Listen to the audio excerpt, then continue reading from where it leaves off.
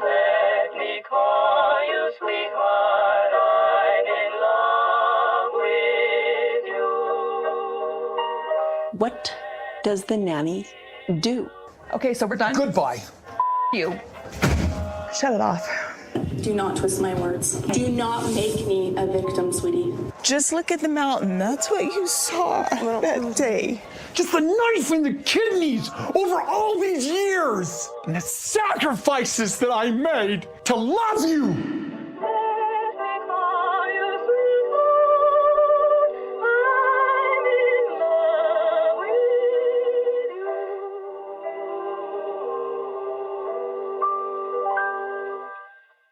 You asked, Brown's answer. Season 4, episode 4. The question and answer episode for the Browns. The first question and answer episode for the Browns. Anything you'd like to add, darling? No, just a good old-fashioned Q&A for the Browns. Yes, even though it is a short episode, they get into plenty of things. They Plenty sure to do. discuss. Yeah. I think we each have like 5 pages of notes, perhaps. Yeah, a lot of notes. Lots of notes. The episode opens with the adults getting ready to sit on the couch. Like they're all getting mic'd up and they're like, here's some candid moments of our family talking. Didn't learn anything there. Trying to do some behind-the-scenes type of stuff. Like, ooh, look at us. We're just like so normal, just like you, getting all mic'd up, gonna sit on their couch. Cody's given the little scene, like, thing, like, what do you call that? Oh, yeah. The clapper? I don't know. Yeah, the thing that has like the episode number and it's like the director's like cut thing. Tim Gibbons is listed on it as the director. Yeah. Our fabulous director-producer who is responsible for bringing the show into the zeitgeist. Yes, and of course it has to be Kody. He's got to be in charge. He's got to have that little thingy thing. He's having a moment. Mm-hmm. Cody says that they received viewer questions and are going to pass around a tablet with these questions and read them and then answer them as a family. Well, as the adults in the family, not the whole family. Yeah. Thank Can you God. imagine if they did a Q&A with the kids when they're so Well, for they that will. young? They do in future episodes. But It's a when they're lot. like that young, some of them, Right. they'd be like, oh, what would they say? Yeah, I think they're pretty select about who Yeah.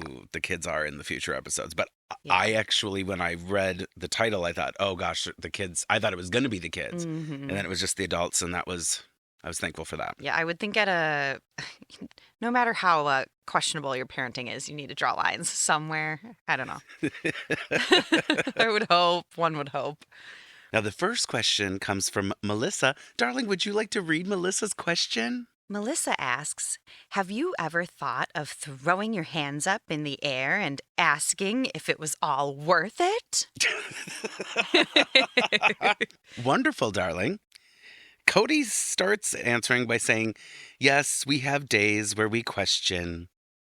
And then there's footage of their day that they moved to Vegas, which is so funny. It cuts right into all of the chaos of their move day from Vegas.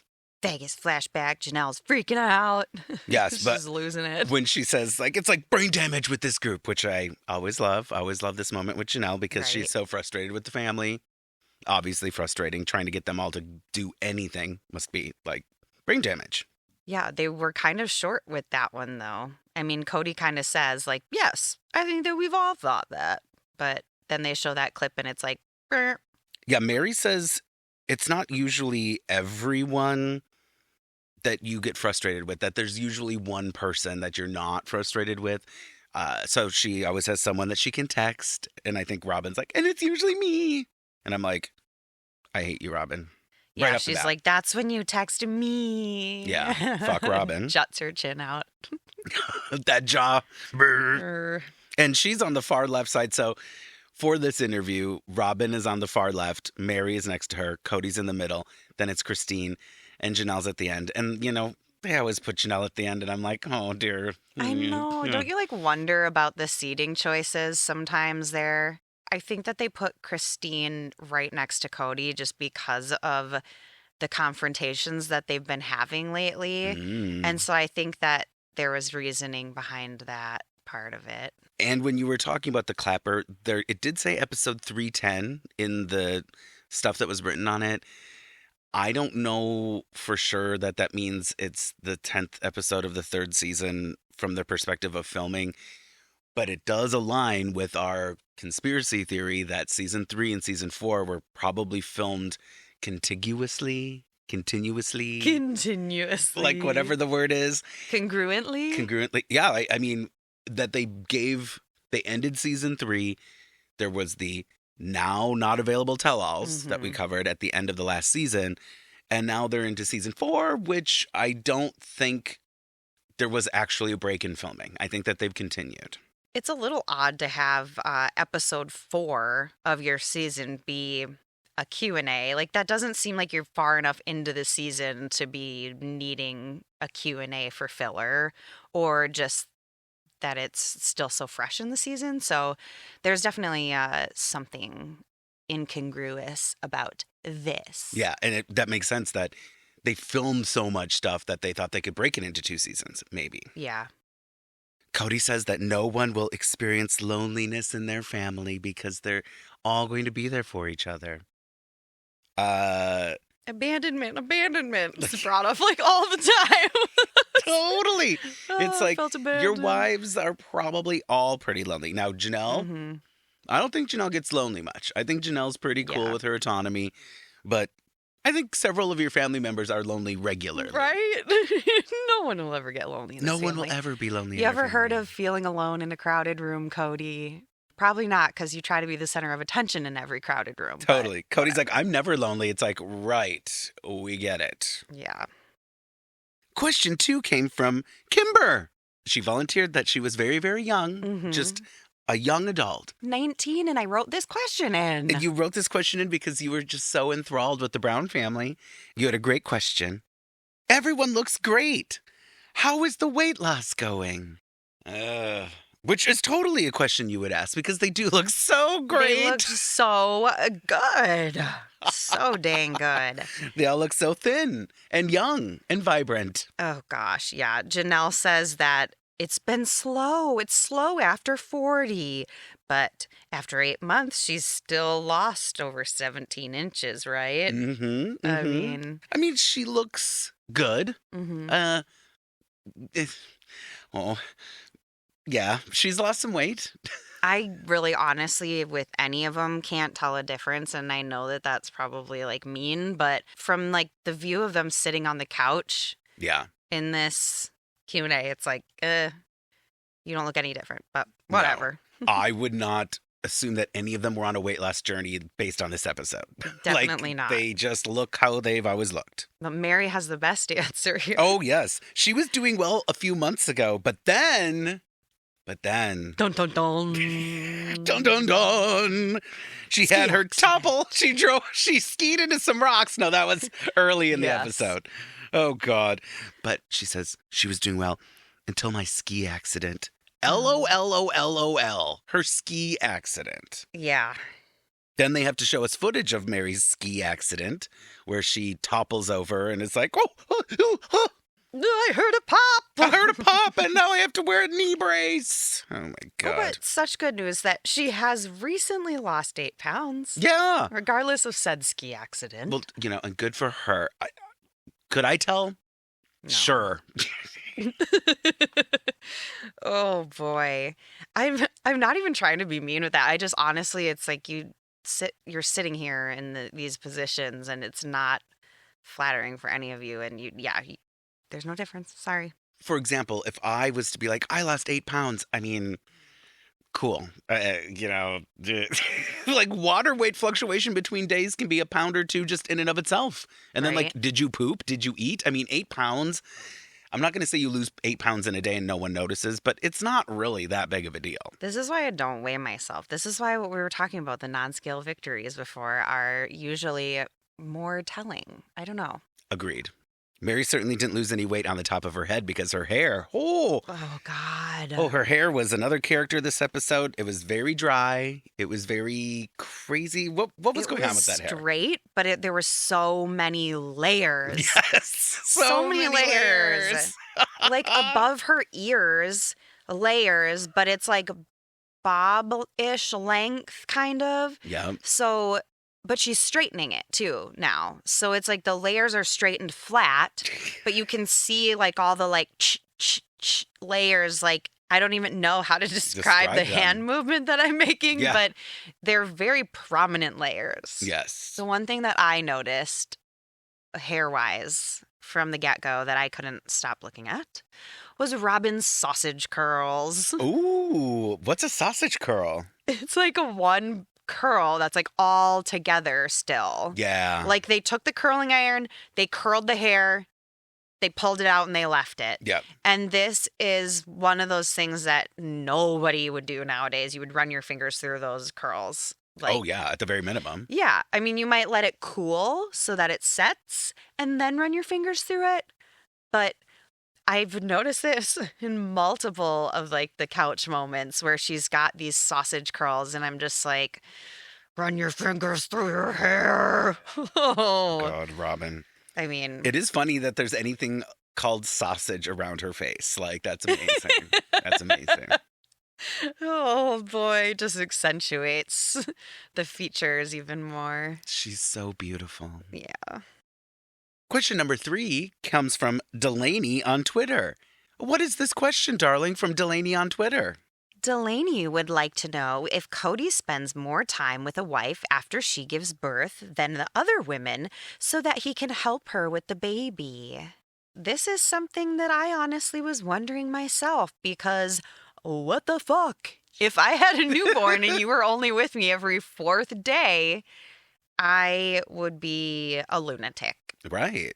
That'd be nuts. I'd be batshit crazy. And Kody says, yes, I do. Kody, of course. Oh, yes. He says yes. And we get a flashback to him and little Saul. Yeah. And he's like, oh, who's my cute little boy? Oh, my little baby. Kody admits, though, that he was not always like that. Mm-hmm. And he basically says, yes, that he's been more there for Robyn because of the separate houses. It's made it harder, so he has to be over there more, was like the vibe I was getting from his answer. Yeah. Excuses. I mean, I'm not saying he shouldn't be with her more. She did just have a baby and she deserves to have her husband there. But to me, it just sounds like another excuse as to why he's spending more time with her. Oh, yeah. And Robyn agrees, he does come in and helps with the dishes, and he's such a great husband. A house husband. House husband. Yes. I'm just imagining him going into the other wives' homes and doing a bunch of domestics. I don't think so. No. And so going to Robyn's, and maybe she's just boosting him up. Like, literally, maybe he throws some dishes in the dishwasher, and she's like, oh, wow, he just does so much because she's got to feed his ego and make him seem like, God's gift. Yeah, they show him like washing dishes at her house, I think, at that point. Yeah. I think he probably, when he goes from house to house, don't you think he acts like his whole life is a vacation? Like he probably doesn't have to do like most of his own tasks anymore unless it's some of the outside labor that needs to be done. I think so, because I think part of the issue with even some of the wives and the way that, or his view of how he's treated by the wives is Robyn eventually does, we learn more about how she, along with the nanny bit and how she doesn't ask for help for the kids, I think she gets everything done around the house so that he doesn't have to do anything. And I'm not saying she does it. I think eventually she probably hires a nanny. Well, she does get a nanny. A housekeeper that comes in and cleans. I think that she will hire people on Thumbtack. She'll ask the neighbors. She'll do anything so that Kody doesn't have to do anything at the house. Meanwhile, a wife like Christine may be like, I'm hoping that you can do this thing. And then eventually over the years has probably learned to just do it all herself. Yeah, Robyn wants to be honeymoon Robyn. Oh, yeah. Everything is perfect here and you don't have to do anything for me. I'm low maintenance and you can probably just like fuck me. Yeah. While you're here. Yeah. And be cutesy and play house. Yeah, 100%. In a different manner. Like, let's put the kids to bed at 7. I don't want to hear a peep out of you. Like the whole 9 yards. It just seems like child's play between them. And just her comment of even her like saying, oh, my little house husband when he comes over here. It's just so juvenile. And the other women are like rolling their eyes at it. Maybe not literally, but you can tell that they're like, gag me now. Yeah. Kody says, I'm not sure if I was that helpful for Janelle with Logan. And Janelle, oh my God, so good. Janelle pipes up. Ooh. The next day after giving birth, we went shopping for a truck. Yeah. And Kody gives a look. He's evolved, Janelle says. He's evolved. But the look that Kody gave was totally like, yeah, you busted me, and I'm just going to give a little smile like, haha, yes, that's true, blah, blah, blah. She's trying to have a good sense of humor about it, but literally, like, his firstborn child, and the next day he's like, remember, we got to go shop for a truck? Like, I was thinking, okay, if this had happened maybe after child 4 or 5 with another wife, not with the wife that just gave birth, why the fuck are you out, like, bleeding out of your vagina, wearing, like, heavy pads because you just birthed a baby? I'm assuming that she had a vaginal birth here. None of my business. Maybe she didn't. But there is just... Well, if she didn't, she wouldn't be up and out of bed moving around. No, so she she's totally bleeding out of her did. pussy. She totally. And she's just like walking around with this giant pad in, like going through rows of trucks looking for a truck with him, or going to farms and looking at like farm trucks because they can't buy a new truck probably at this point. Like, what the fuck are you doing? That's gross. It is gross. I didn't really think about her gaping vagina. I mean, the day after giving birth, most of the time you're still, maybe they were being dramatic here because most of the time you're still in the hospital, but maybe you weren't back then. I Maybe think she they had a just lot sent of you home births, if I remember correctly. I think they were, Home I think births? all of her births except for maybe one were home births or something. For the first one. And like, this isn't like an experienced family at this point. This is the first baby for the entire family. Meri hasn't had a baby yet. Yeah. I think it's home. I don't know, but I I'm don't assuming. know. She says that at some other point, something along the lines of like, oh, all of my births were home births. Or I've had both, but I prefer home. Like, I actually don't know. Don't quote me. Oh, God. You come to this podcast for reliable information. Janelle's first birth happened where I don't know. I mean, come on. I mean, it happened on the side of a creek bed on Kody's parents' property, and they washed that baby in the stream in the love in the Lord Christ's name as soon as it was born. Preach it, sister. Preach it. That's exactly what happened, right? They beat that baby over a rock, and it was like, oh, the baby is clean. Hallelujah, what's it to you? Hallelujah. Just baffled by the whole thing. That's all I gotta say. Baffled. Question number 4. Renee wrote in and asks, how is it that the investigation doesn't carry on even though you're in Nevada? Or does it? All the best.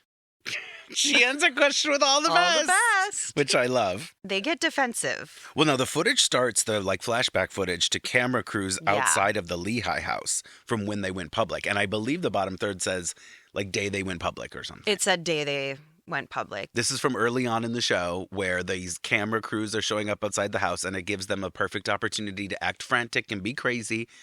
It looks like there's a couple moments where Christine is legit seeing things. Like, there are people out there. It is what it is. But, of course, in classic TLC fashion, it's like, you have to add the music. And the person walking by the window makes it look like there's like, oh, and it's like it's a person walking by the window. I think there's like a truck and 2 guys across the street. Totally. And one has like a camera stand. And so it probably looks worse than it is. But yeah, it certainly wasn't like the Tanya Harding story or the O.J. Simpson case. Like, there was just a couple people outside your house. But okay. Oh, my goodness. Yeah. But that was the day that they went public, and so people were curious. But Robyn's answer to this is just dumb. Robyn's the only one that gives us any real information, and it's that's giving her a lot of that credit. is Right? the opposite of what she does. No, Robyn's the only one that says anything. Yeah, but she's super defensive, and she says that they don't know, and they haven't been notified either way. And that's all there is. That's all there is to know about it. Next question. Okay, girl. Why are you getting so defensive? Yeah. Also, I don't believe you. I do not believe, Robyn, that they don't know anything about anything. Like, no, they've been updated in some manner. Don't you think that was stupid of them to let her answer of all people? Like, come on, have like a thought out answer to like, okay, if anyone asks about the investigation, this is what we need to say. Like, duh, Right. your lawyer probably prepped you. Like, they've said it in other interviews. Oh, no comment on that, or we can't speak on that right now. All you would have had to say is, we don't have, much information, but we're working with our lawyer on it just in case, anything happens. And that's all. Well, and based on the show, what we have seen thus far on the show, you would assume that one of the obvious questions is going to be what is going on with the investigation, Duh. like that you uprooted your family and left in a hullabaloo and now everything's kind of chaotic because of this, supposedly because of this investigation. That might come up.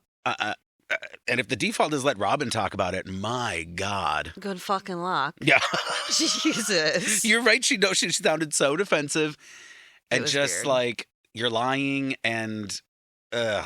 It felt like, oh, let's throw this question to Robyn. Like, let's see what she has to say about it, because no one else spoke up. Yeah, no one said anything. And like, you picked the worst person, or let the worst person fucking answer. Like, no one even tried to interrupt her and like give a good answer. So that just made it look even worse, in my opinion. Good job, Browns. Question 5 came to us from Vicky, and she's looking for advice. What would be the do's and don'ts of looking for a sister wife? And Janelle's like, well, this is a religious thing for us. Religion. Kody interrupts, though, Yes. and says that his trait, it would be all about honesty. Yes. To be completely honest. Yep. To be completely honest. To be completely honest, men need their wives to know about these things when they're searching for another wife. You need to be open with your wives. They need to know. Nothing in secrecy. Definitely not in the polygamous cults. No secrecy. But then they show another flashback to him telling the kids about Robyn. Yeah. About asking Robyn if she wants to join the family. Yes. Yeah. And it's like, oh, okay, let's be honest. And then we're going to show this cute little clip, but then we're not going to show the end of the clip where we tell all the kids to fucking lie about it. Right. This is what's so amazing. It's all about honesty. And then it's like they show a flashback to a scene that was refilmed, according to Gwendolyn. Yeah. Refilmed because the first take didn't really work so great.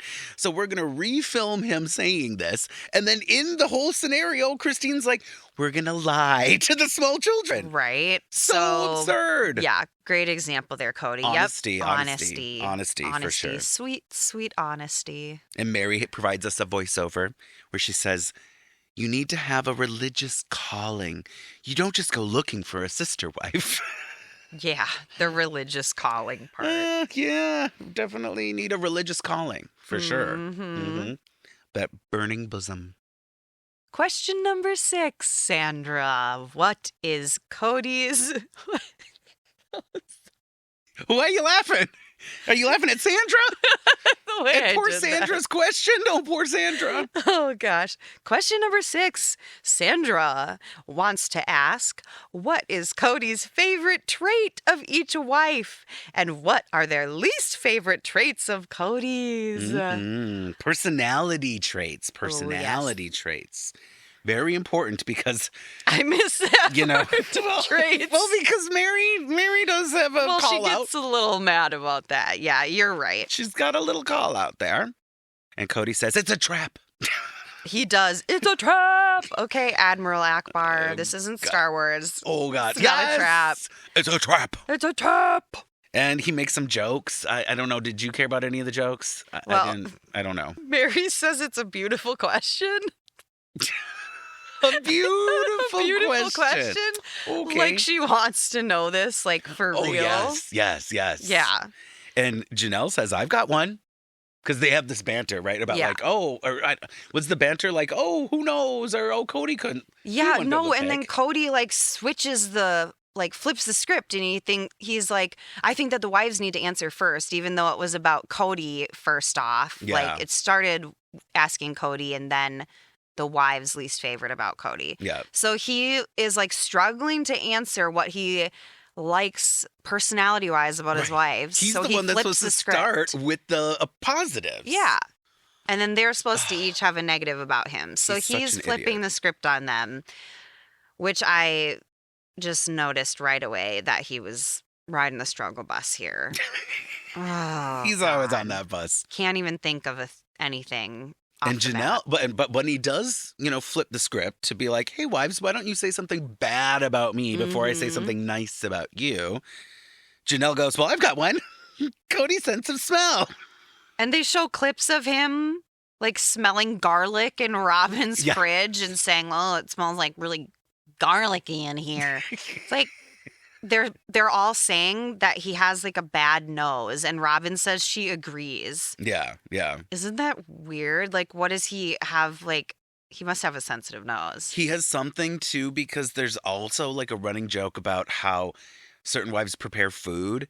And it's as elementary as like, well, I don't like salt on my eggs. I like pepper on my eggs. Like, Christine will tell you all about how I like my eggs. Like, okay, like, I mean, what kind of eggs are these? And why is this like such a thing? Like, I don't know, just season the eggs. Like, I don't know. Like, he's super fucking picky. Yeah, I do remember that when Robyn joins the family, she has to learn how to make his eggs right from one of the other wives. And that he loves celery.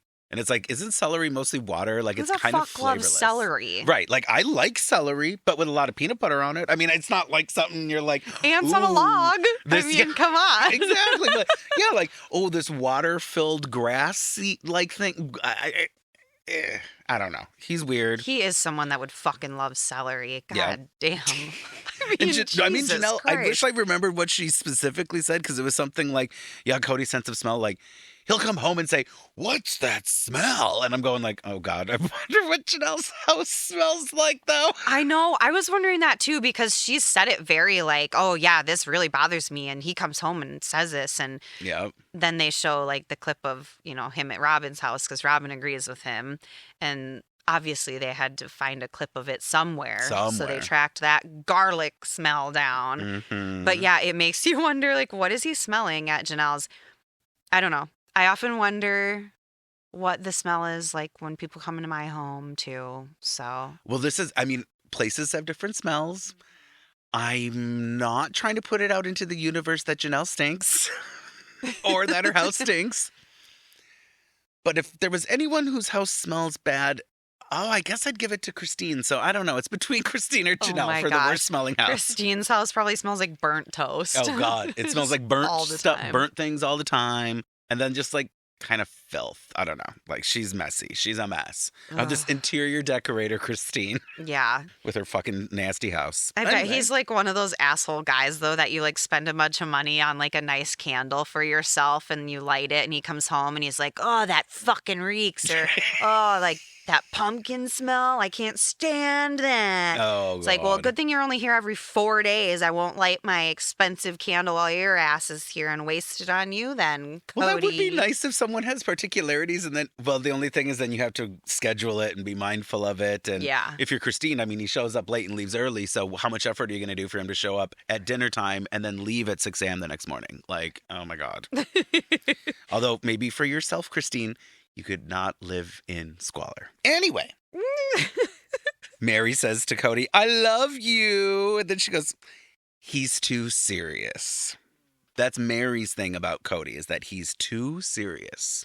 Christine pipes in talking about how he answers rhetorical questions and he doesn't have to, which makes me think of when men do that, it kind of drives me nuts. Like, if you're asking a rhetorical question like, oh, yeah, but what if this thing happened? And then they're like, well, what if it does happen? And it's like, oh, my God, that was not a real question. Like, men do this all the time. It's because he's trying to sound smarter than he is. Okay. Like, there's no reason for it other than the fact that he just, like, is trying to make himself look smart, probably. Of course. And then Robyn, he says, I don't even know a lot. Yeah, Robyn says, I'll ask him what happened about something, and he'll say, oh, I don't even know. And Meri agrees, oh, I don't even know. You got to get the even in there. I don't even know. That would drive me nuts if it was like, does he just not pay attention? And so he says that a lot. Oh, I don't even know. Or is he just fucking lazy and doesn't want to have a conversation about something, so he says it? My gut is telling me that he says he doesn't even know because he's not paying attention. Yeah. Or his takeaway is only half really informed. He doesn't really know. There's something about the edit that changes through the show. Like, going up to right now in time of recording, We're wrapping up season 20, and the producer has changed, production company's changed, and they leave in more stuff about Kody being kind of like an idiot. Like, he's not very smart. He has like a youthful thing. That sounds complimentary. Like young and dumb. Like a boy, like a little boy. I agree with that. I think I see that now, though. I feel like I've seen that from the get-go, that he acts like this, like, juvenile teenage boy a lot that's giddy sometimes over stupid like shit. Yes. That it's like, oh my gosh, that's something a teenage boy would be excited about. But he gets weirdly giddy over things. And so, yeah, I can see that being it, that he just really doesn't know. But I don't know if he would admit if he didn't really know something. Like, if you were asking him a serious question and he didn't know the answer, he doesn't strike me as the type of man that wouldn't just come up with a fake answer to seem smart. So I think he's using it when he's not paying attention to them. So the fact that they all pipe up again and agree with the fact that he does this a lot, it's like, do you fucking listen to these women? Right. Do you ever listen to these women?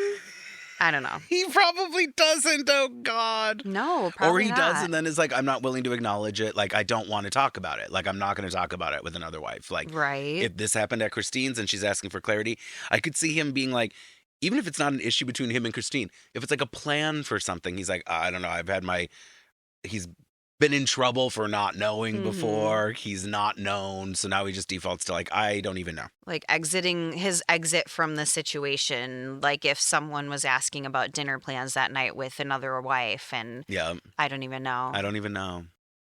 Christine says that she thinks he should compliment us more. Yeah, she wishes that he would compliment them more. Yeah, and then Kody, like he's such an idiot. He's just like, oh yeah, like you're making that shirt work.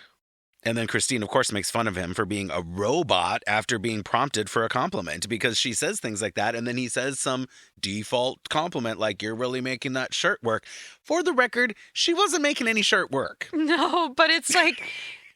Oh gosh, yeah, she gets pissed at that and she's like, it's okay, this is like the typical woman thing, right? Like you want your partner to do things on their own organically without having to ask them. Yeah. But then they don't do it, which is super frustrating. But they're not going to know if you don't ask them. But he says he literally goes into robot mode when she asks for compliments. And he turns it into this jokey thing. The juvenile thing, I guess, coming up again. Like, Christine, I like your shirt. And he literally does this like bit where he's pretending to be a robot. And I gathered from that he actually does that. Right. That he like pretends to go into default mode of giving compliment. Like, yeah. Like imagine being home alone with somebody like in your serious life, right? And you're standing at the fridge and you're looking at all the cheese in your fridge, deciding what cheese to put on your nachos in your oven that you're going to burn. Oh, those nachos. And and you say to your husband, I got a new haircut today. Do you like it? And he goes, yes, Christine, I like your haircut.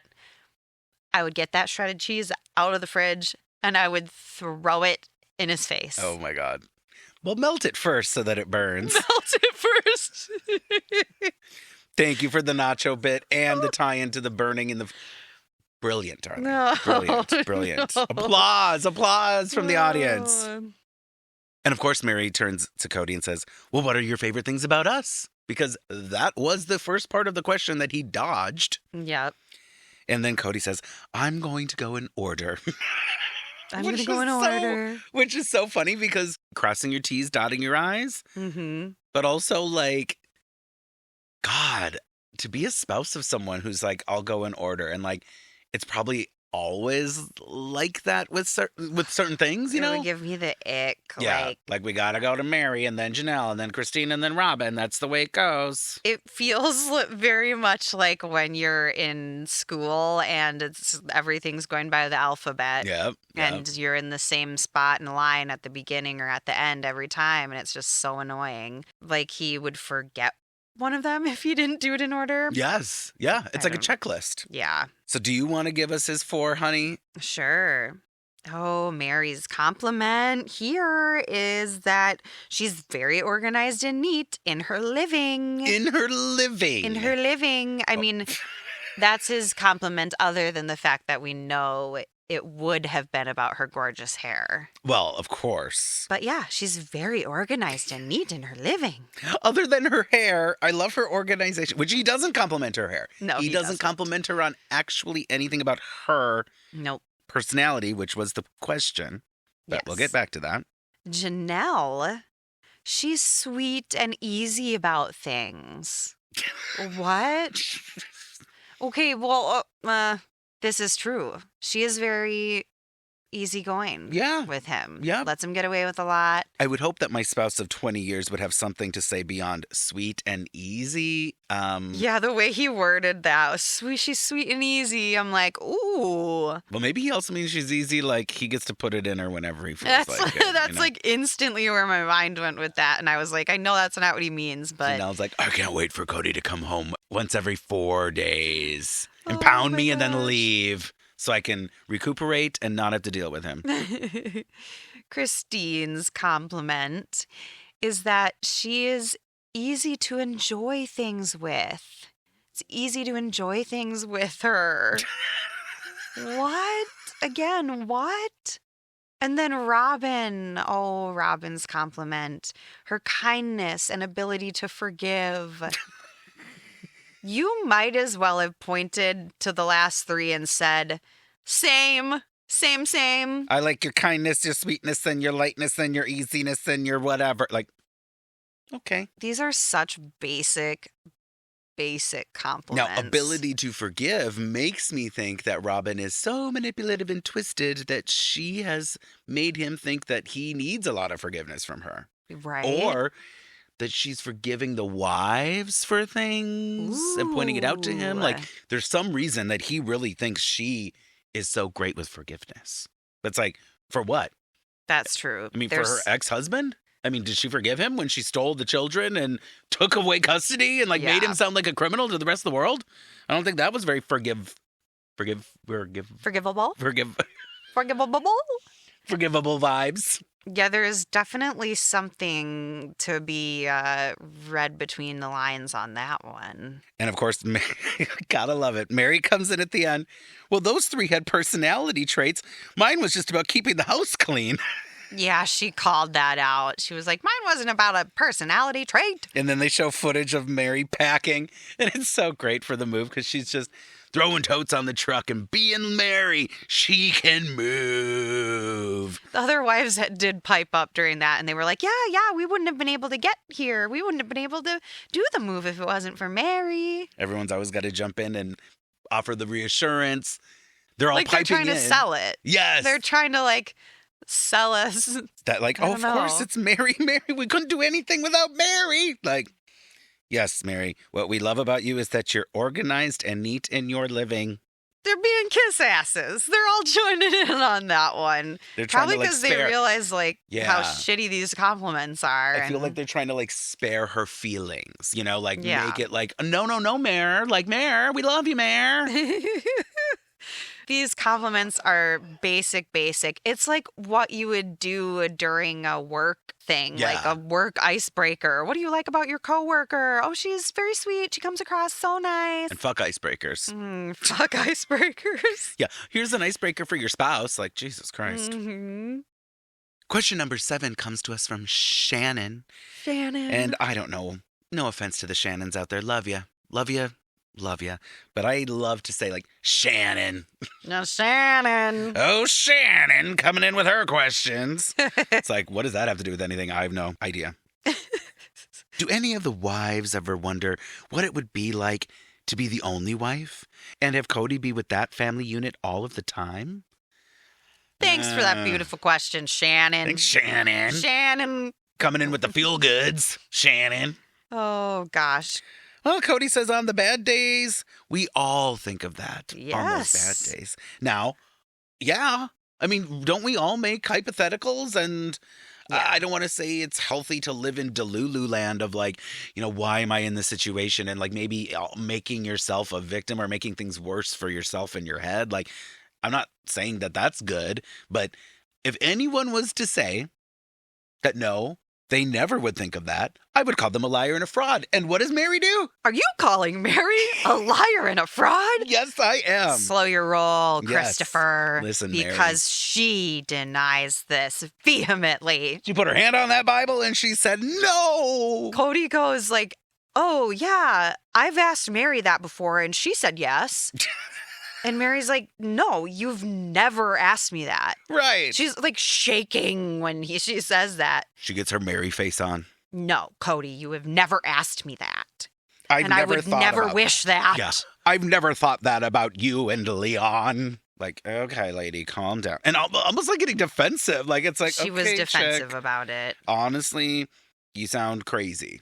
Like Crazy. denying a conversation that you ever had with your husband. And he's just like, oh, he's so confused. He was so confused. When even if he hadn't asked the question, okay, fine, but like you're gonna sit here Yeah. and say in front of cameras, in front of crew, televised on national television, never thought about it. Never thought it would be like to be married to Kody alone. It's like you were married to Kody alone, actually, first, and you didn't ever once after Janelle joined thought, I wonder what it'd be like if she wasn't here. Like it might be better if things still were the way that they were Right. before. She's so insane. That is an insane thing. And she's calling more attention to it by her reaction because they used that in the preview clip like twice. They Yeah. used it at the very beginning and then they used it as like the commercial break, like flash to what's happening after the commercial break thing. And it's like, you just did this to yourself, bitch.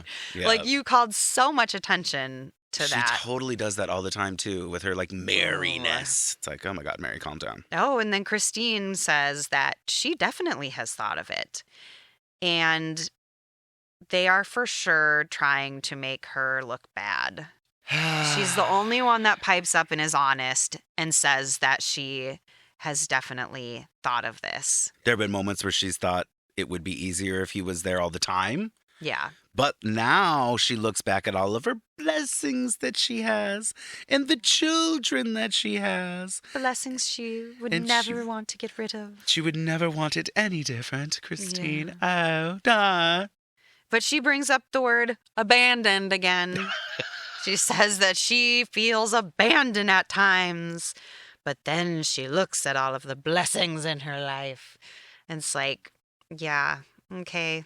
I like the fact that she's the only one that's honest here. The only Yeah. one that actually pipes up and says anything.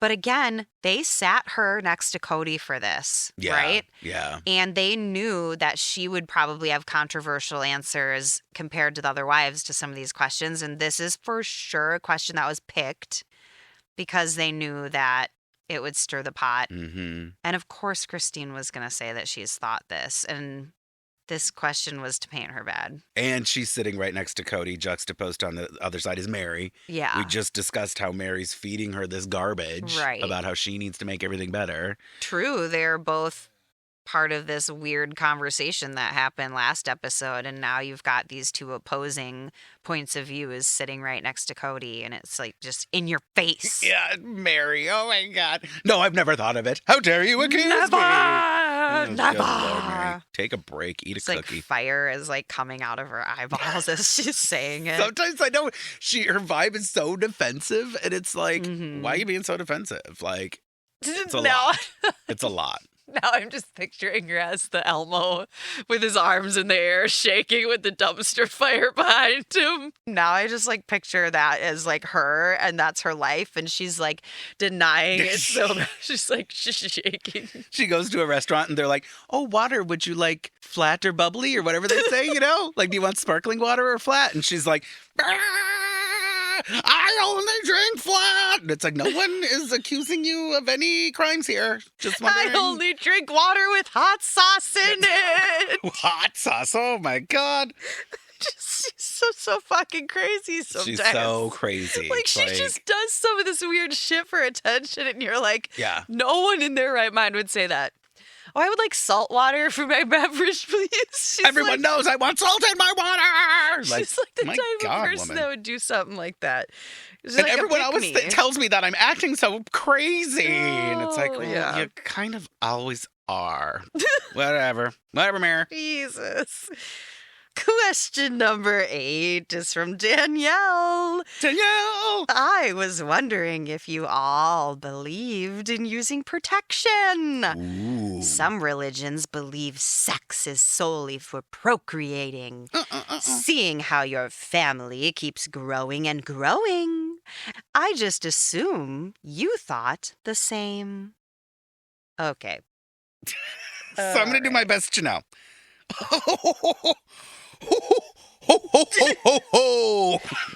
I don't think I'm going to answer that question. Ho, ho, ho, ho, ho. Yeah, I don't think I'm going to answer that one. Yeah. Kody's like stuttering.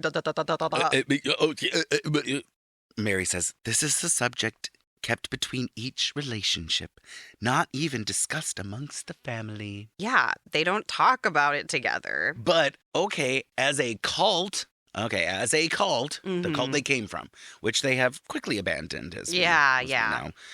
But the cult they were a part of for so long, it is set up that, like, yeah, the men, like, the more children you have, the better you are going to be in heaven. The more wives you have, the better you'll be in heaven. Sex really is for procreation. Christine is a little detailed about how her sex life with Kody started out dreadful. Like, borderline essay dreadful. Ew. So I just think that they do think that sex is about procreation dogmatically. Like that was always the way that it was. Probably, if she was like kind of scared and like not. And was not experiencing pleasure for a long time. Yeah, that's so unfortunate. And that is one of these things that happens in super religious households, right? Like your parents raise you that like don't have sex, you will get pregnant and die. If you're especially like not married, like you have to be married, and they scare you. Like they make you think that something horrible is going to happen to you. You don't have sex education, so you don't really know what to expect. So imagine getting married and that's your first sexual experience and you're like, wait, it goes where? And it's going to hurt and he doesn't care. Yeah, that's like, so awful. Not good. Now, I'm not trying to make too big of a leap with this example. I'm just using it as a demonstration that I do think that, yes, for them, sex is primarily about procreation and a man's pleasure. And then in their family, I think it's probably a little bit more liberal. Like they moved left. And now that he's with Robyn, they can have all the terrible, ugly sex that they want, I'm sure. And that's lovely. Boy. Without procreation is the main thing. But, I mean, with Christine, I'm pretty sure it was like obligatory / we're having children. Definitely with her, and I would assume with Janelle as well. I don't know about that. I know. would love to ask Janelle. About their sex life. Right. Because for some reason, I think Janelle and Kody had a lot of sex. I feel like the reason he still to this day says things like, well, I don't know. I love Janelle. I still love Janelle. He was into her. And I think it had to do with that they were actually friends. But then also, I think he liked giving it to her from the back. Do you think that she felt that she had to try really hard with him, and so she was like that girl that gave really, really good head because she felt like she needed to? I don't know. Like, Well, maybe she's just cock hungry, you know? maybe she could be. She just might be a big old cock slut. But I suspect that Janelle and Kody had an okay sex life, like a good sex life. Like, yeah, but or he good in wouldn't quotes, still you know, be like, being kind to her to this day, probably. right. Like he might want to come over and be like, remember how you used to do that thing that I like? But I'm pretty sure Christine would not share that experience. And I'm pretty sure Meri only had that for a little while. And then that pretty much drifted away. Yeah, Meri probably had it, but also questionable if she would be able to relax enough to be like Totally. into anything or like ever have, great orgasm, mind-blowing sex. So yeah. I'm imagining that they were young and it was weird, but maybe not terrible. I'm pretty sure for Christine it was terrible. Yeah. I mean, Kody's just like, he stutters through this until Meri gives that good answer about, each wife gets to make their own choice and they keep that private and we keep it separate. And I don't know if I would agree with that. I feel like you deserve to know to an extent what your sexual partner is doing. Okay, it's weird to say because obviously I am in a marriage with one man and I would be like, what the fuck, if I ever got an STD or something, because obviously something would have fucking happened. And so I just feel like in a situation like that, you have to be so trusting of everybody in the marriage to not be like, okay, so do we use condoms, but are you using them with other people? Like, to not know that just seems naive. And I do think they are religious, or they were super religious at one point. So there is that expectation of that nobody would step outside of the marriage. Nobody ever would do anything like that. Yeah. So we wouldn't even have to worry about using condoms because we're always trying to get pregnant and there's never going to be an STD because nobody's ever going to cheat. So I think that they probably originally thought that. And then maybe at some point here, they start to worry about it. Yeah, I'm not sure that they ever really worry about it, but I don't like to make fun of Robyn's cold sores because honestly, it's like a cheap shot and like herpes and herpes adjacent whatnot is everywhere. But literally like you're sharing it with the whole fam. Like it's just going around and around and around and around. And that if it's oral herpes, then that could come from just kissing. So at the end of the day, like, I don't really know.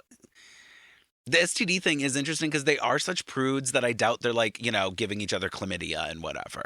But like, I don't know. I don't really know. Yeah, but even like, you're right. Even a cold sore, let's say somebody has an open cold sore and they kiss somebody and let's say Kody ends up getting the herpes simplex 1 or whatever it is that, and then, he ends up having one.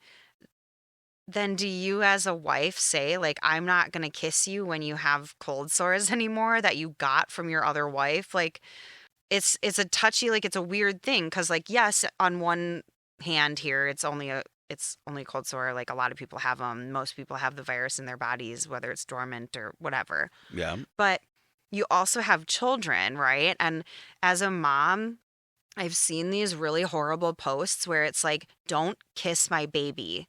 Like, this is why you don't kiss people's babies. I hate those. Because you'll see like a little baby with a severe, horrible herpes outbreak on their face. Yeah. And it's like, okay, so like grandma came over and like kissed her grandbaby and had a cold sore. And now your poor little baby has that. Yeah. So I don't know. Like, yes, it's a silly like conversation to even be like, whatever, but it does actually matter. It does matter. It does matter. And I think that the protection bit ultimately does, though, go to the whole procreation thing. Like, the question is a good question. They're just not going to answer it truthfully. Kody says, my wives get to choose how many children they want to have. No, he goes, my wives, get to choose how many kids they want. Well, other than Meri. Sorry, Meri. Yeah. And Meri's like, except me. And they all laugh. Yeah. Everybody laughs. And Meri laughs like a crazy person. Like, it's so uncomfortable because they've painted Meri in this light where it's a touchy subject for her and it's hard to talk about. But then they're all laughing out loud about it. And then the most horrendous moment of this entire Queen Q&A. Queen Square Jaw's got to talk. And the way she says this too. Whatever. I've given her a choice. She can still choose. She can still choose. Like, really? she can still choose. Oh, that was so uncomfortable. So awkward. Oh, she like juts her chin out as she's saying it. She just thought she had the best. Everyone's laughing right now, so I have the best comment to make. Yeah. And it was not. Shut up. Wrong moment. This isn't like an opportunity for you to like, Yeah. oh God, Plug the how way she amazing said it she was is. so cringy. Yeah. She's offering Meri the gift of choice to have another child. Yeah. Robyn the saint. It was very pick me girl moment. Like, yeah, but I did this wonderful, lovely thing. She still has a choice, you guys. Don't act like she doesn't. And so then luckily Kody jumps right in with, well, we're delving too deep into our personal lives, so we need to move on. Yeah, we're delving too deep. In a reality show about your family. Right. But, I mean, granted, they are talking about condoms and protection and I was going to say herpes, but they were not talking about herpes. They were talking about We were talking about Mary's herpes. hypothetical child carried by Robyn. Oh, my God. Question 9, Veronica. Veronica. How do the wives keep their emotions in check? I would be crazy jealous if someone even thought about sleeping with my husband. Kody hands the tablet to Meri. He literally just is like, oh, here. Here you go, Mare. And then they immediately start rolling the footage of Mary's anniversary dinner from season 1, where they went to La Caille, this beautiful French restaurant, which appears later. One of the children gets married there. And they're sitting at the table, and this is where they're having a very comfortable and normal conversation. Where Meri poses the question that I love, where she asks him about how if she had another husband, like, or another man in her life. Yeah, if she was with another guy, Yeah. what would Kody think? What would he think of that? The vulgarity of the idea. The vulgarity The of the vulgarity! idea of you with another husband or lover sickens me. Sickens me. This language is so extreme. Well, dramatic. Let's say dramatic. It's very dramatic. And it's like you're on a date for your wife's anniversary where she's questioning things because you're bringing in a fourth wife Mm-hmm. and she brings up this hypothetical. And this is just how delulu these people are. Like that at a fundamental level, she is just posing a question that would be very rational, very reasonable. Now, granted, it does go against their faith, their calling. But my God, the vulgarity of it. of the idea with you with another husband, Oh with my another lover gosh. sickens me. Like, okay, so imagine what she must feel like. Imagine what all your wives must feel like. Like, Yeah, so Lack of women are empathy. just supposed to be like naturally less jealous than men. So it's okay for women to have these feelings because they'll get over it, but men never will. oh God. Like, yeah, giving him a lot of passes here. They go back to the Q&A to the couch and Kody pretends that he has to pee. Yeah. Like he's like pretending like he wants to leave the couch and that he has to pee to get up. And then Meri poses the question to all of the wives again. This is where we get our nice Christine honest answer again. Never before had she ever been jealous until Robyn. Maybe only minorly jealous before Robyn, but never. Of course, it's like to the point here where she has to bring up the fact that she had been the third marriage. And so, you know, she was the third wife for so long and there had been no other wife for so long. So I'm like, of course you were jealous when Robyn joined. You'd literally never seen him like on a first date before. Like you joined and these other women were already here. So this is your first time experiencing this new honeymoon thing that he's got going on with another woman, and he doesn't have that. Like you're not the last one that had that with him anymore. So to me, it makes perfect sense that she would be extremely jealous of Robyn. Yeah. She's literally never dealt with it before. The other women have dealt with it. Meri 2 times Yeah. and 1 for Janelle. I, as a person, would be very jealous. Like, this is why I have been in monogamous situations only because if I was with someone and they were like, oh, I'm just going to do whatever in front of you and be like whatever, and I'm courting this person and I'm really interested in them, I think I'm in love with them, I would be like, you're in love with someone else? I wouldn't be able to do that. Now, we're not talking about like a one-night stand, bring them home from the bar, like, ha, ha, ha, like, look at you can join us, you can watch, you can whatever. I'm talking about like, I'm falling for this person. Like, you're falling for a fourth person? It's a lot. Oh my It's God. a I lot wouldn't be able to to deal. hear I and would handle. not be able to deal. No way. To me, I feel like a little bit of jealousy is healthy in a relationship. But this situation, it's like, how do you even gauge that? Because it's so different than a monogamous relationship. Right. Like, I don't know the last time that I got super jealous of, like, my husband and I have been together over 10 years now. And there's been times where I've gotten pretty jealous, you know, just being at a bar, seeing like an interaction he's having, but never to the point where I was like jealous thinking something was going to happen and I needed to be worried about it. Whereas this is like a totally different feeling because you know that something could actually come of this jealousy and like someone could actually be like coming into the relationship. There's more of like a threat there. So it's almost like fight or flight probably takes in. And like we've spoken about before, she was pregnant at the time. Yes. And had a baby during all of this. So she's got extra hormones, extra feelings already. Yeah. Just a recipe for disaster. Kody says, I can point out a jealousy or, I better ask for permission. Yeah, he backtracked of Christine, so quick. because it was like, okay, we'll see how this goes. So he leans over and whispers a question to Christine in her ear. Oh my gosh. And she goes, oh, that wasn't a jealousy. That was you being an idiot. Are you kidding me? But he was so being an idiot. Oh my God, that's amazing. Christine's story with the situation is we go out for my birthday date on my birthday. And I'm like, we got it. Your birthday date on your birthday. Like Like she's a your natural, time with him. natural storyteller. We're at the store and Kody picks out a CD. And I think, oh, isn't that sweet? He remembered. But then they get in the car and Christine asks him to play the CD. And he says, oh, it's for Meri. And then she yells, idiot, at the end of her story. And Christine looks shocked. And everyone's laughing. Yeah, so I think that it sounds like they went to a music store. Like they went to an actual like Sam Goody or something. Yeah. Like, do you remember an yeah. actual music store where you listened to the headphones? You could listen to like one or two tracks from the CD before you bought it.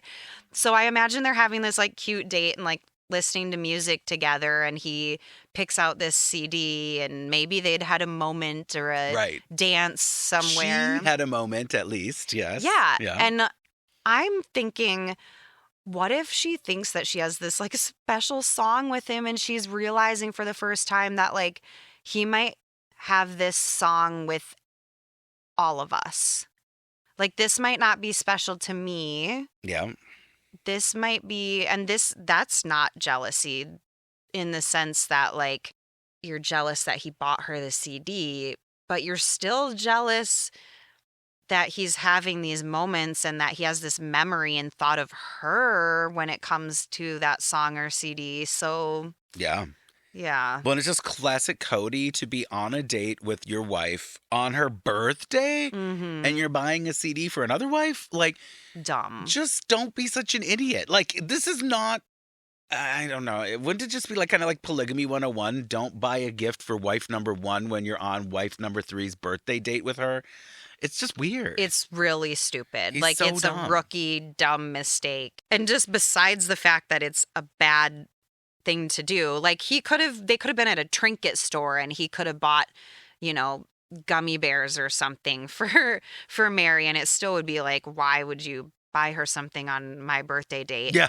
But it's worse that it's something where she thought, oh, this is so sweet, he remembered this thing, and then you're completely wrong and so off the mark. There's something very hurtful about that. And then they were all laughing about it. And granted, like, who knows how long ago this happened? Like, it's probably funny to them now. But that would be pretty hurtful. I would be downvoting that. For sure. Let me call you sweetheart, I'm in love with me. Okay. Question 10 comes to us from Jackie. Christine reads this, and she makes it very clear that this question is from Jackie, not from her. It is from Jackie. Jackie! Jackie! Will there be another wife down the road? How do you share enough time with the ones you have now?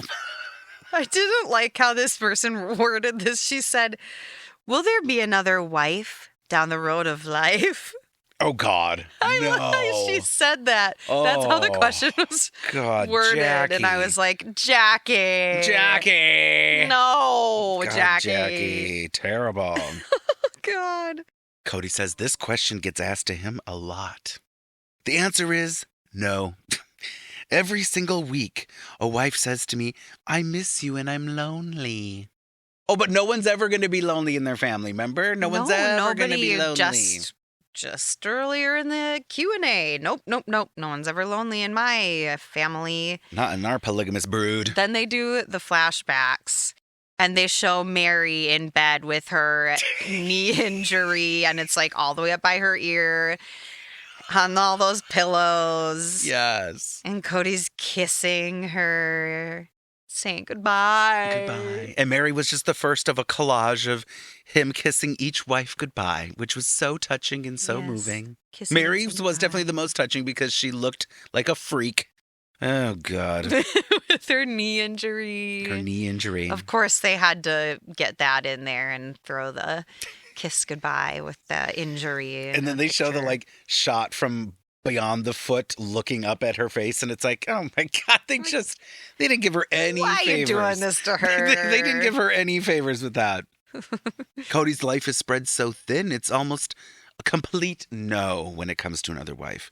Not necessarily 100% no, but it's almost a complete no. Because he's open for inspiration. I mean, Robyn would have never been in their family had he not been open to another wife. Yeah, that's kind of a cop-out answer of, oh, if some hot young thing comes along that would be willing, and yeah, sure, maybe, but inspiration would have to strike me like lightning. Like lightning, yes. Like my eye contact with Robyn at the dance. Yes. She would need to have crazier eyebrows and a squarer jaw. And I would be all about her. I think the thing that really bothers me about his answer here, where he says, every week one of my wives says that she misses me and is lonely. What about your kids? Like, I think about the kids more in this and the loss in their life of having a father figure that's around all of the time. Yeah. Yeah. Like, to me, that's sad. And like this show, yes, it's called Sister Wives. It's about the wives more. But the lack of thought for the children sometimes is just so disgusting to me. Yeah. Like, why not? Why wouldn't your answer there be like, I don't think it would be fair to my kids because my wife's divided between my current wives and my kids already, and they need their dad around, and it would separate us more. Like, calm the fuck on. Like, it's I don't just think kind of his gross. kids are that top of mind for him, you know? They're not. And it's things like this that just are like spitting in the face of fatherhood to me, because he claims that he's, you know, father of the year, or like tries to be there for all of his kids. And it's like, no, you're not. And it's very apparent.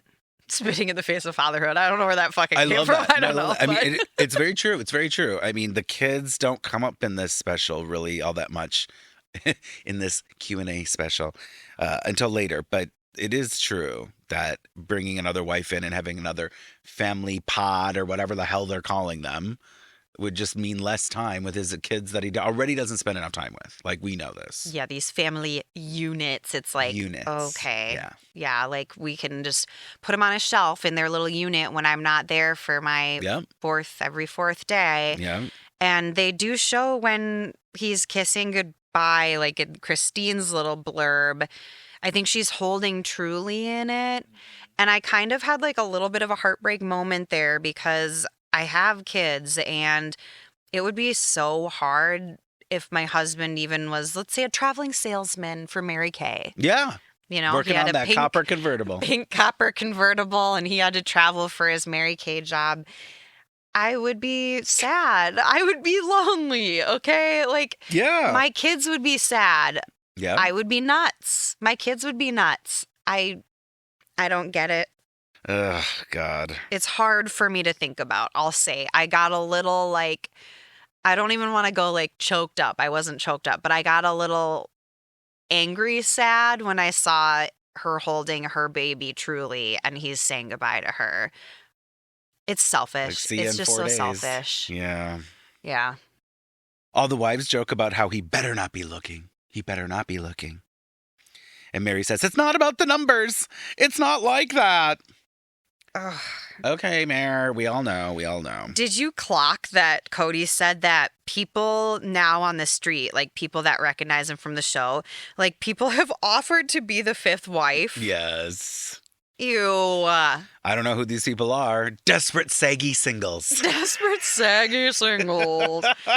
I mean, who literally would say it other than like a joke? Because, like, you know, it'd be a funny joke. I don't know if it'd be a joke. Let's not say funny. Yeah, I mean, even if I met Kody Brown, I'd probably be like, so are you done with the wives? You ready to try a husband? Like, it would be a joke. It would It be a would not complete- be yeah, a farce. serious thing.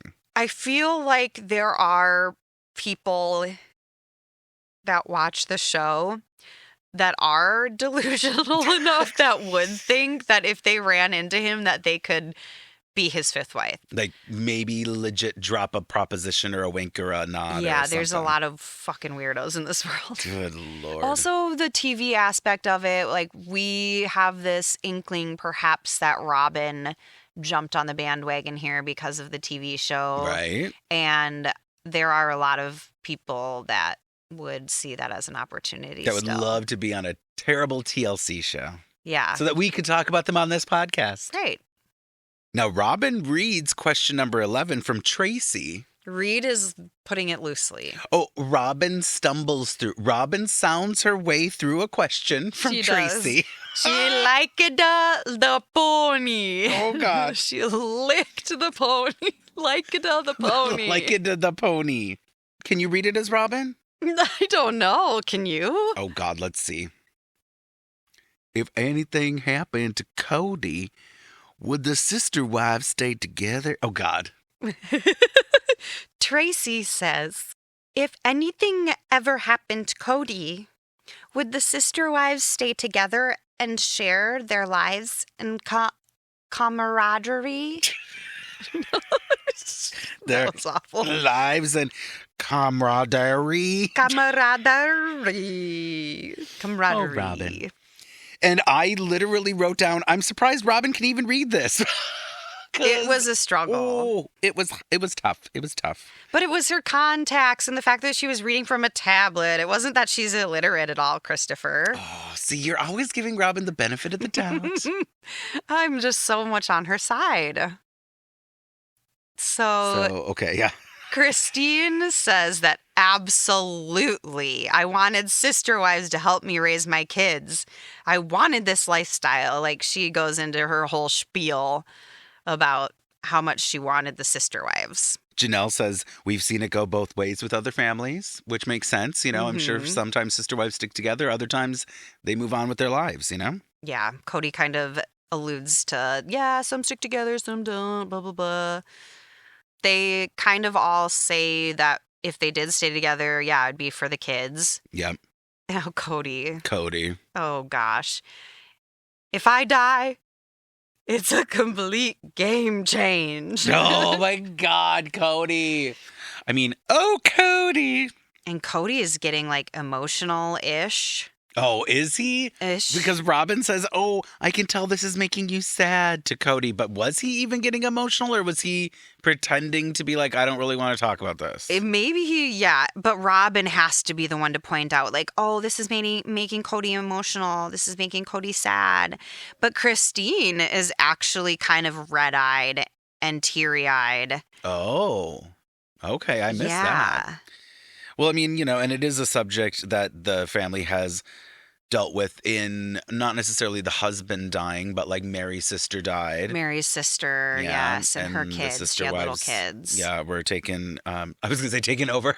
The sister Taken wife over. took care of the kids afterwards. So, there's things with that, with their history. I mean, no one wants to think of their spouse dying, okay? Like, let's be real here. Like, even though they have an unconventional family, they don't want to think about any of them dying. Like, they obviously still are in this relationship and love him. So, yeah, oh God. Yeah, like, I've thought about that in my life. I think I've said to you, well, we would just, you would have to step up, you know? Lavender marriage. Yes, lavender marriage.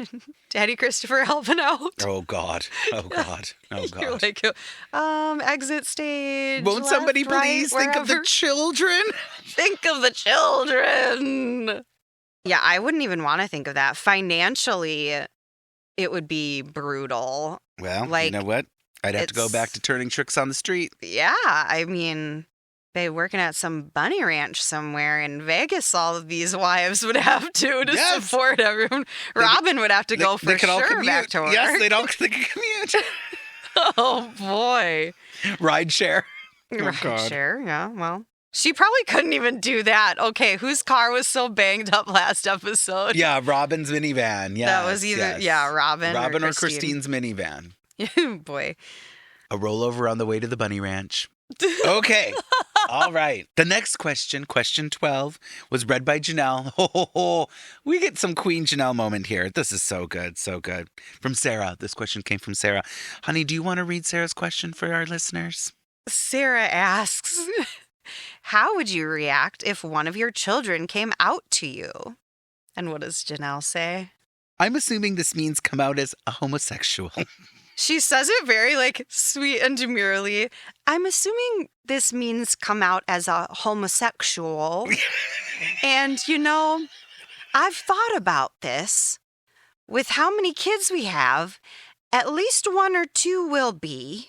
And I've thought about this, and I don't think it would disrupt my world in any way. That's Now, my quote. I choked while laughing. You literally did like a spit take. Yeah, it was rough. I felt the pressure in my head. I saw Jesus for a minute, and then Jesus faded away. When she said, and I'm assuming this means come out as a homosexual. Homosexual. I don't know what it was about the way she said it. I think it's the word homosexual. yeah. She was being a little too technical with the terminology and homosexual. Yeah. Her makeup, the closeness of her face, the fact that this was 12 years ago, however long. The softness and seriousness of her voice. Yeah, it was something was just so funny to me that I could barely get my composure. Well, I was out of it. I think what was so funny is that they showed it in a preview before this question Before the even commercial came break, out. yes. And so they showed this in the commercial break, so you knew it was coming again, and it was like, I was not prepared. God. I was not prepared to hear Janelle talking about the homosexuals. Christine, oh my God, Christine. Yeah. She said, I was asked by one of my girls, what would you think if I brought home a girlfriend? And Kody says, they like to challenge us. Like, oh, please. Yeah, they oh like my to challenge us with these difficult life questions. So, such a challenge. Such a Yeah. challenge. Christine says, you couldn't have her play in your room like how right now you can't have boys play in your room. So it seems like it'd be kind of a tough path for you. And it's like, tough path? Tough path, exactly. Oh my God. I just really, with the tough path thing, it's almost making it seem like, well, this is a choice. Mm-hmm. Oh, well, yeah. So you're walking down this path, you're taking this road, it's going to be a rough one. Yes. The Sweetie. overlay of parents and people being homophobic Mm-hmm. that starts somewhere and then gets bigger or starts big and gets smaller. This whole thing is kind of gross. It's cringy. And if it was a committed relationship, Christine would want them to come by so she could judge them just like she would judge a boy. Like, Yeah.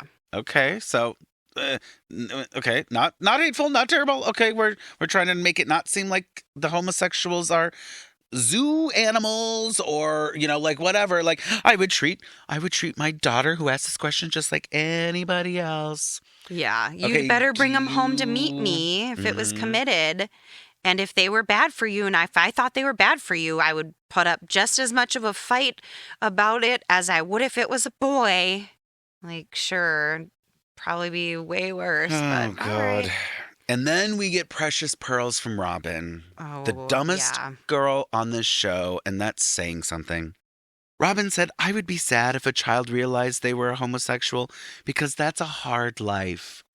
Once again, the slide into or out of being homophobic in your response, in the way that you're doing it.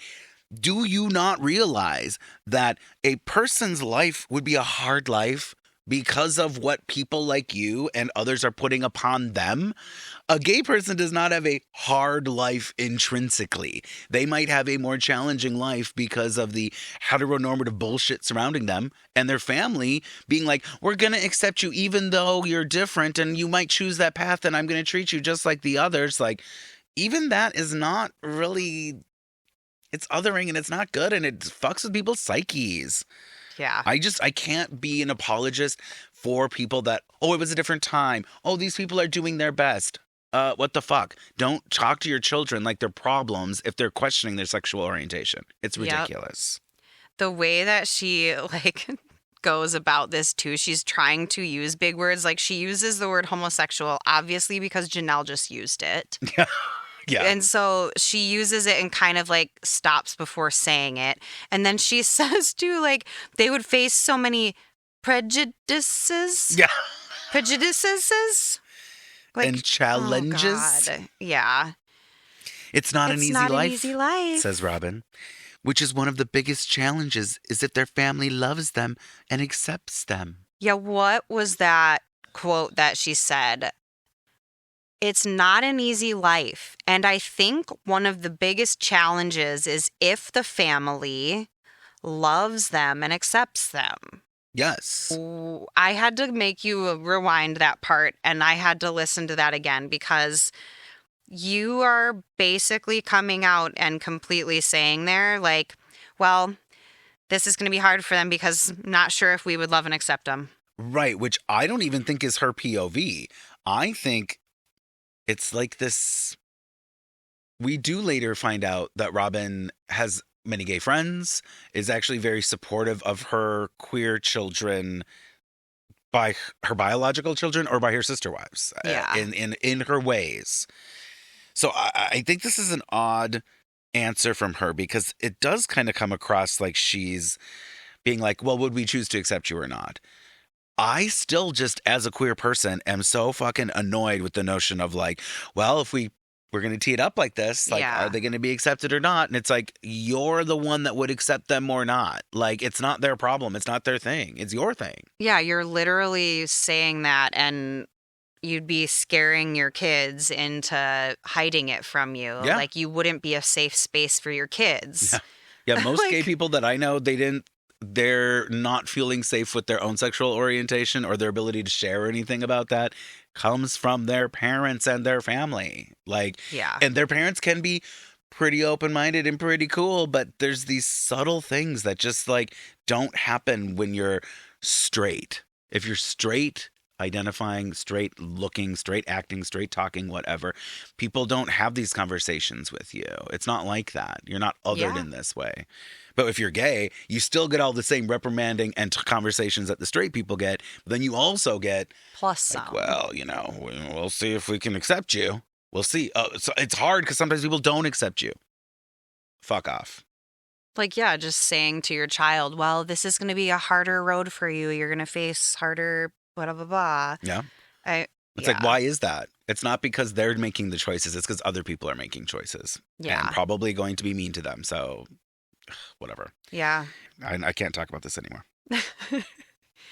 Kody wraps up the question, though, with, we've determined that we will accept our children no matter what their relationship or lifestyle is. Totally contradicting what Robyn just said there. Yes. Even, I don't Yep. know. Yeah, her stance could be totally different now. It could have been totally different at the time. But Yeah. what she said was fucking dumb. Yeah. And it made it seem like they wouldn't accept him. And then literally in the next breath, Kody's like, no, we would. Yeah.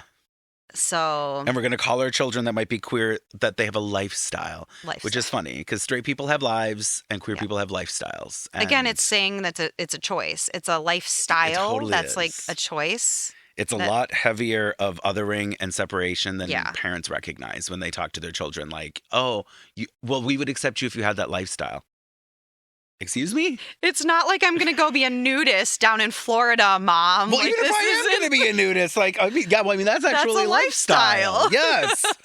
My God. Oh, yeah. It just, ugh. It's the alluding to the fact that it's a choice by saying they go down this path, they take this journey, this lifestyle. Like those three sayings, people say them very frequently.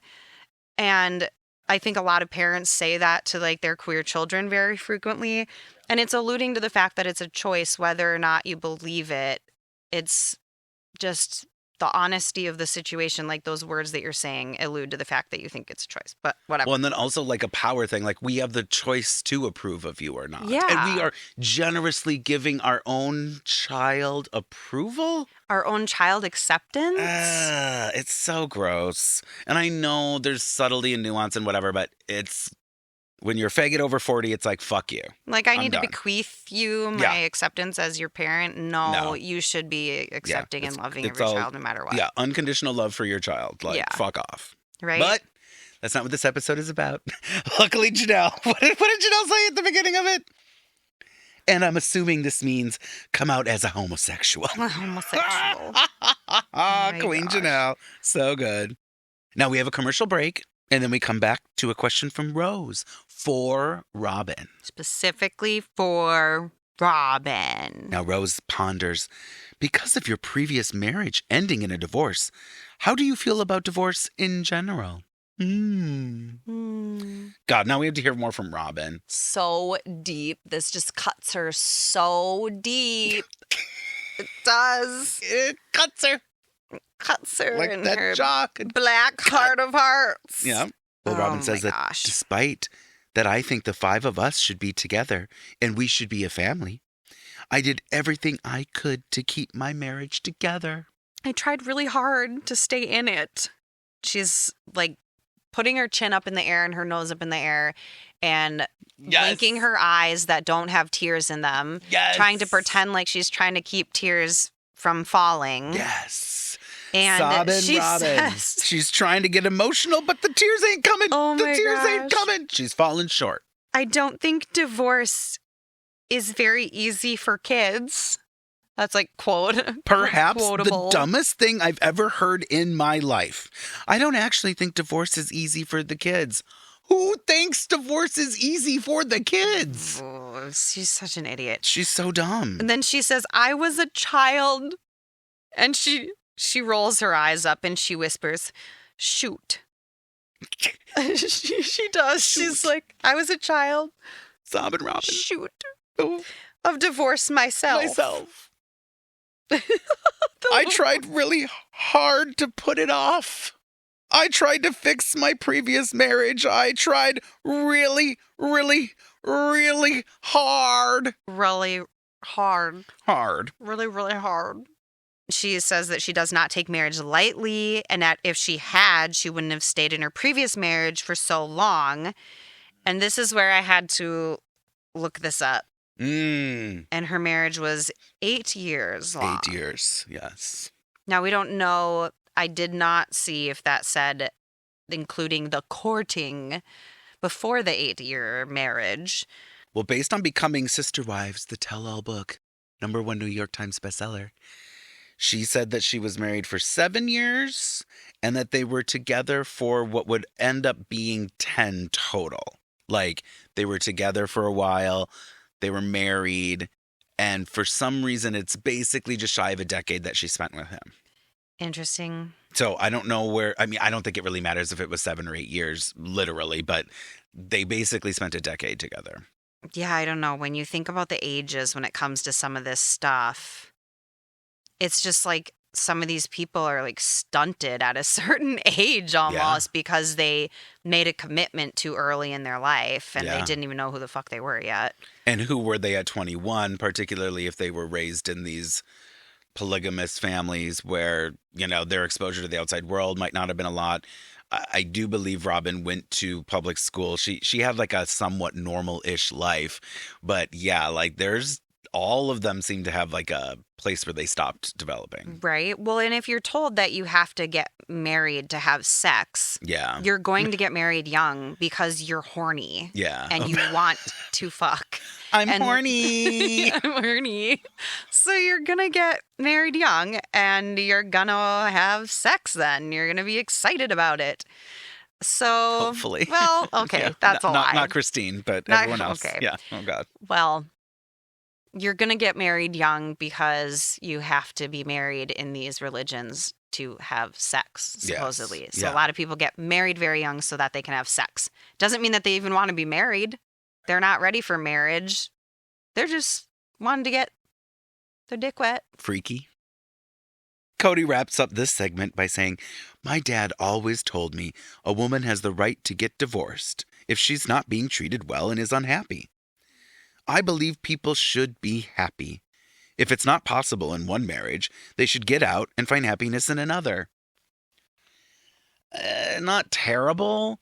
My main criticism is like, well, they don't need to find happiness in another relationship necessarily. Like, I love how y'all's thing is that you have to be married. A woman has to be married. Like, no, that's not true.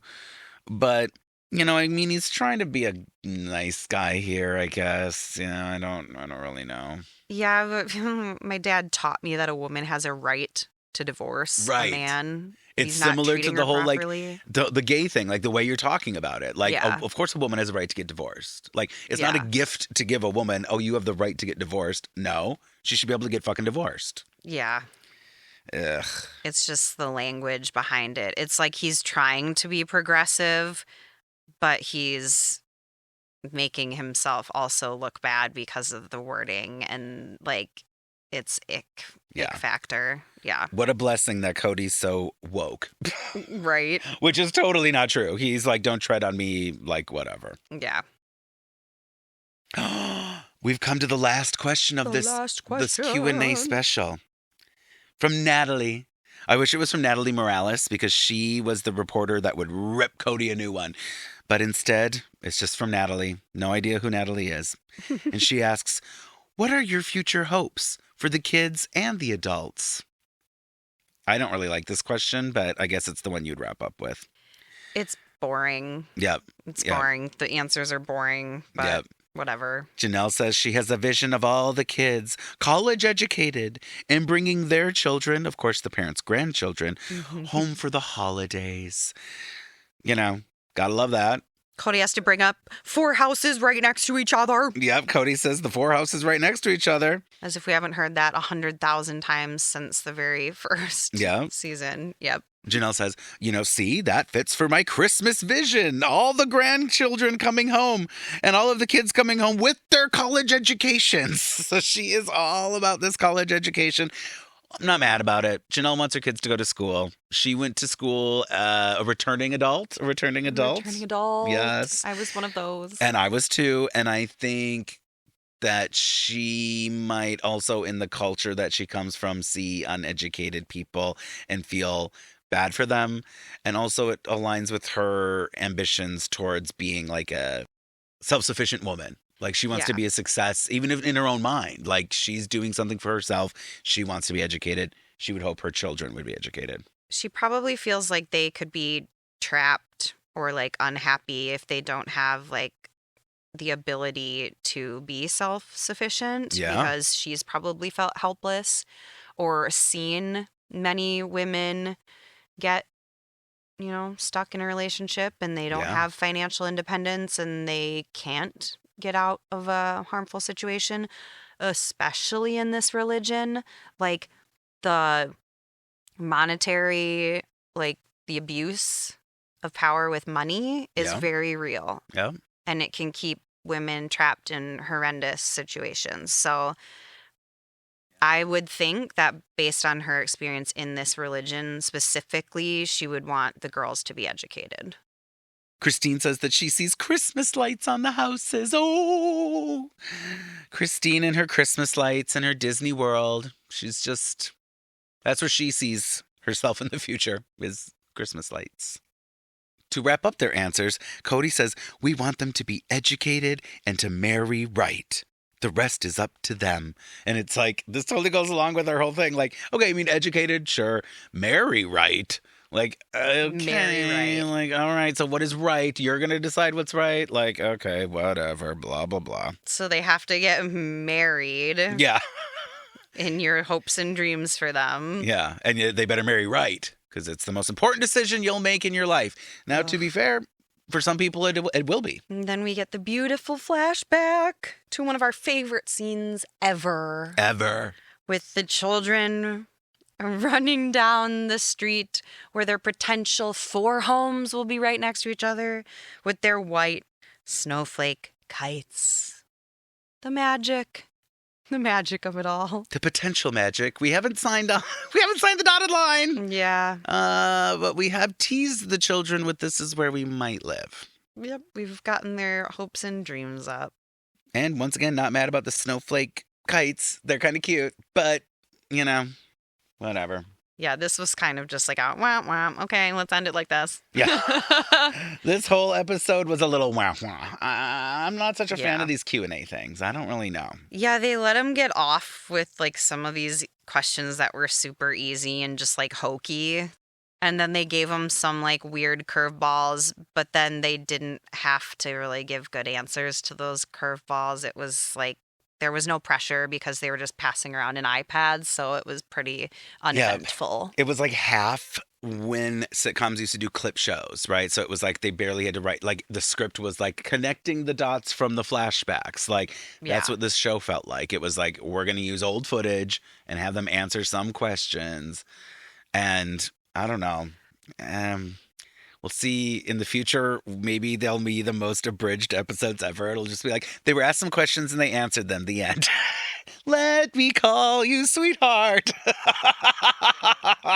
It's very, very boring and kind of just, again, why would it be the 4th episode in the season? That doesn't make sense, and it totally feeds into the whole theory. Why? Why, God, why? Why do you do this to us? Why, God, why? Why do you give us this morbid fascination with this disgusting family? This terrible, terrible family. Now. I shouldn't say it like that.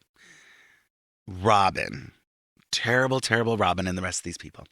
Now, darling, who is your mustard seed for this episode? Who would you like to plant in the ground and let them grow into a tree to make the world a better place? I feel like Christine is going to get my mustard seed for this because she had some very honest answers and she piped up and kind of just, said the truth for a few things. She told the story where Kody was a shit and got a CD for another wife on her birthday. And then, she talked about jealousy and, wanting to potentially be the sole wife and daydreaming about it, which the other wives blatantly lied about. So, I think my mustard seed is going to Christine. Excellent choice. Christine definitely deserves it. By default, I have to give my mustard seed to Janelle, who doesn't really deserve it, but no one else deserves it. So it's going to Janelle, and I don't even have anything to back that up. Now, shit stain. For the way she said homosexual, for the it made way you she laugh. said homosexual. I mean, we almost were like cackling on the couch for a bit. So at least she gave us a good laugh. She did. That's why she gets it. I did choke on my beverage. So, shit stain, darling. Who was your shit stain? My shit stain is going to go to none other than Robyn. Oh, yes. And it is for something that she said earlier on in the questions where she just felt the need to throw it out there again that Meri has a choice now about having another baby because of her. Yeah. Because of her wonderful generosity of her womb. The generosity of her womb. course she had to bring that up. And it was at a very awkward moment where they were all laughing at the fact that Meri cannot get pregnant when she wants to. And she just had to toss that little comment in there. It was very awkward. Definitely not a Robyn fan, as we all know. My shit stain is going to Kody Brown, because what is not to hate about Kody Brown? He is a chauvinist. He is a sexist. He is, just not. Even though he ended the episode by saying, we want them to be educated, he also had to say, and Meri right. So, like, he didn't marry right. He didn't marry right with any of these people because he is not in love with any of them except for Robyn, and he is a polygamous man. And you are not supposed to have a soulmate in polygamy because obviously you're married to multiple women. Mm-hmm. So fuck Kody Brown. He's a shit stain. Our Keep Sweet moment this week is a review left on Apple Podcasts from Lynn Vega. And Lynn says, really enjoyed the look back on Sister Wives. Please keep doing what you're doing. So someone wants us to keep doing this. Isn't that nice? Why? No. Why? Why do you want us to keep doing this, Lynn? Why? Oh my God, that's amazing. Morbid fascination. Definitely morbid fascination.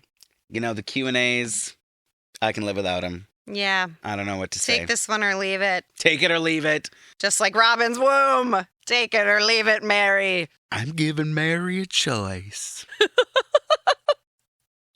God.